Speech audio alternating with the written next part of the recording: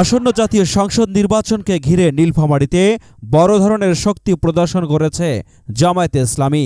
ডোমার ডিমলা নীলফামারী ১ আসনে জামায়াতে ইসলামী মনোনীত সংসদ সদস্য পদপ্রার্থী ও দলটির জেলা শাখার আমির অধ্যক্ষ মাওলানা আব্দুস সাত্তার মোটরসাইকেল শোভাযাত্রা শোডাউন করেছেন।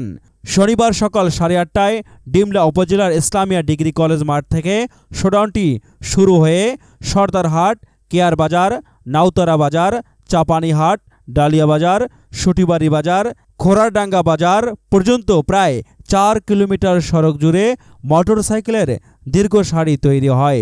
দলীয় পতাকা ও ব্যানারে সাজানো শোডাউনটি সড়কের দুই পাশে জনসমাগমেরও সৃষ্টি করে। স্থানীয়রা বলেন, সম্প্রতি সময়ে এলাকায় এত বড় রাজনৈতিক সমাবেশ দেখা যায়নি।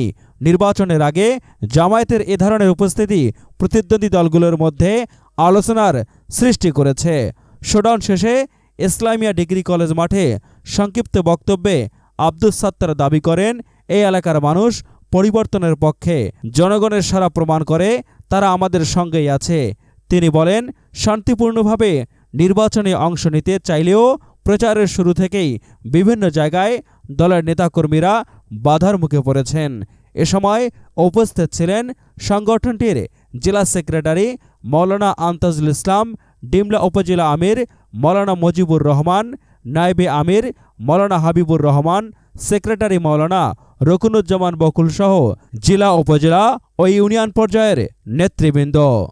Omar Faruk, Nilphamari top news, Nilphamari.